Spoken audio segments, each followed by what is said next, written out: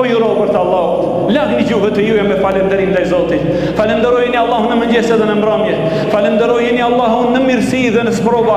Falenderojeni Zotin e ju xhellu ala në të gjitha gjendjet, nga se na ka treguar Allahu te bareke ve teala se lufta më e madhe mes njeriu dhe shejtanit, mes njeriu dhe iblisit është pikërisht që njerëzit baharon Allahun, që njerëzit baharon mirësi dhe dhuratat e Zotit. A e keni pa ju vëllezër të mi? 60 vite njeriu jeton në shëndet. Një herë e bën një ndërhyrje nga një mjek, nuk ndalet në çdo mezhlis duke na filani më shpëtoi. Ai harrove 60 vite kush të shpëtoi. O ju vëllezër të mi, 60 vite Allahu e ushqen filani. Një herë një borxh ja pagun dikushi, filani s'ja harroi asnjëherë. Shumë më ka ndihmuar në jetë, është e vërtetë. Kush nuk i falenderon njerëzit nuk e ka falenderuar Allahun, po pse nuk e përmendish Allahun? Pse nuk e falenderon Allahun? Allahu kujdeset për ty edhe në gjumë dhe në të gjitha gjendjet subhanahu wa taala.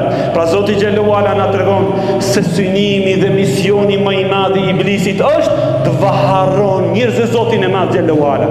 Thot Allahu në Kur'an në gjuhën e iblisit i cili tha: "Wala atiyannahum min bayni aydihim wa min khalfihim wa an aymanihim wa an shama'ilihim wala tajidu aktharahum shakirin." O Allah, unë do t'ju vi njerëzve prej para dhe prej pas dhe nga e djathta dhe nga e majta, vetëm të mos jenë falënderues ndaj teje.